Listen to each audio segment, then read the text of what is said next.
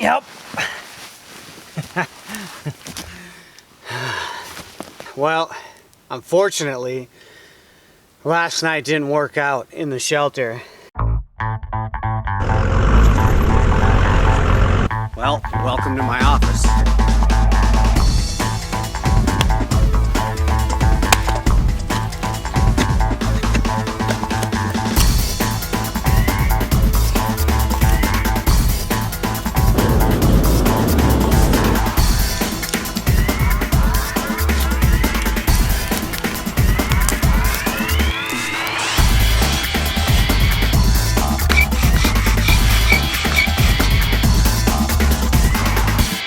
I'd like to take a short survival break and say thank you, survivors. Thank you for being with me. The location of the shelter is excellent. We are down to the ground underneath here.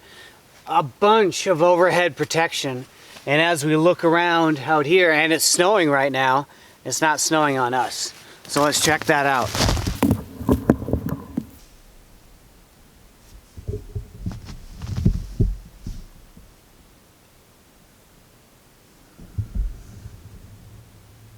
So this is how the framework is set up. I got two sticks. They're in a fork shape or Y shape. So there's one here and then there's one on the other side. And you can see the two tips in this spot. So they both interlock with each other, and then you have the ridge pole coming down. Make sure your ridge pole is strong because you put a whole bunch of debris on top. This adds up for poundage. All these boughs add up. So you put your ridge pole up, you have your forks in as your bipod, and then you put all your different framework all the way down and around. So I made an A-frame in this whole setup. So here's our insulation bed, nice and thick. You can always add more to your insulation bed. And then when you pile your natural materials in, start from the bottom, work your way up, just like you're shingling a roof. So once you get towards the top, the water will more likely run off all the way down to the ground. So when you're using natural materials, every time it goes off a pine needle or a piece of grass, it's going to run down that piece of grass until there's no more. And then after that, it's going to drip off and go down to the next one. The more times it can do that, the higher chance of it not going through the top.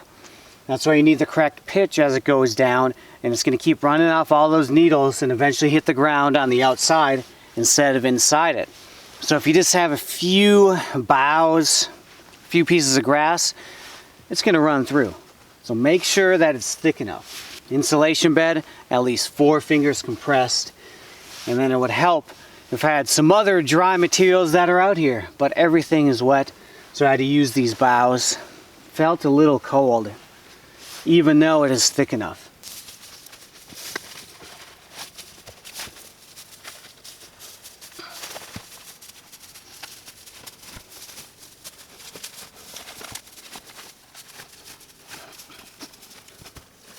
Notice how the branches grow. They grow facing up.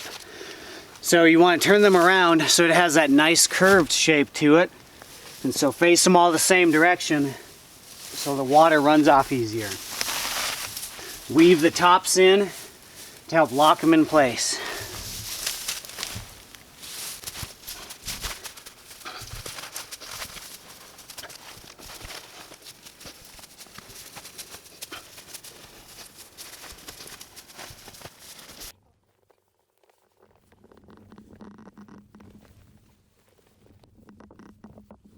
Oh, it's so comfortable.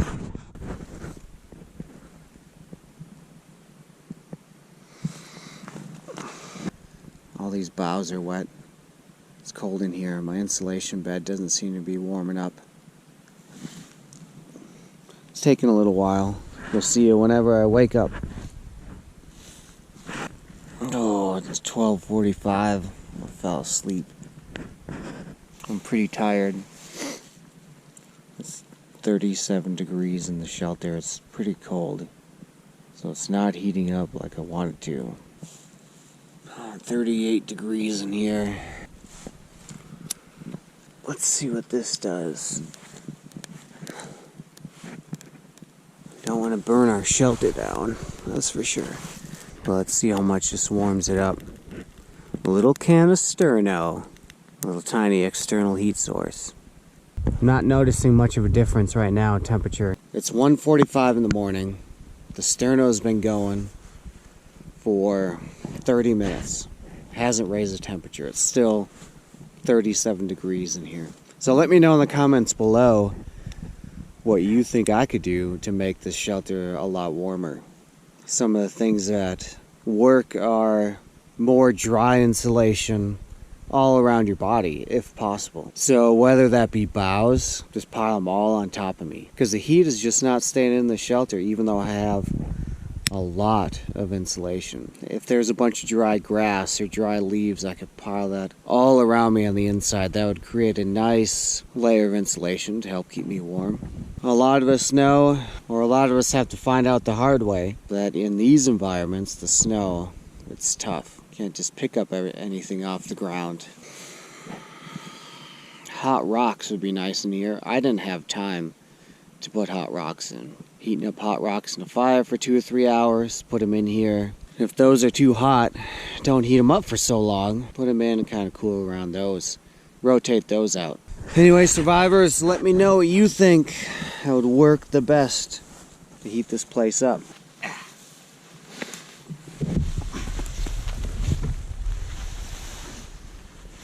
Oh.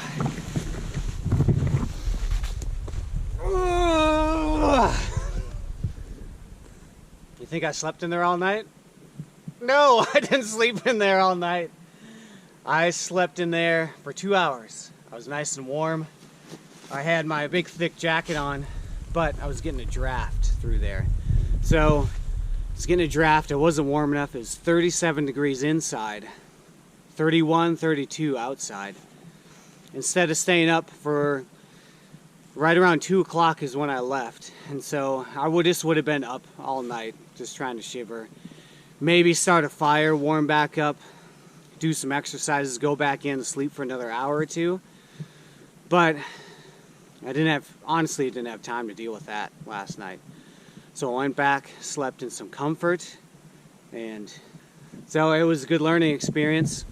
You always think you're going to be warm enough, but for some reason, and now that we know why, more insulation on the inside and closing me, along with covering up more at both ends. So when I was sleeping last night, I made this thing in the dark. I couldn't tell if everything was enclosed. I thought it was, but right down there at my feet, it was creating a draft of just all the cold air going out. I couldn't keep it warm last night. I was at 37 degrees. 37 degrees in the shelter. And then there's a draft right down there, which I thought I enclosed. So, upon further inspection, the front of the door could have been thicker. And so I'm getting some air coming in there. And then all my cold air is going out the bottom. So I just basically need more boughs. You can never have enough boughs or natural material in one of these natural shelters. There's a lot of insulation in this area here. I can reach my arm down in. And then there's the framework. So I can go in. There's at least a foot of insulation there. But in here, it's about a few inches. All in all, this is a great shelter if I had a sleeping bag. It's going to protect me from all the elements. It is definitely thick enough for that. But to be able to survive without a sleeping bag, it's just slightly lacking. Thank you so much for watching. Keep surviving.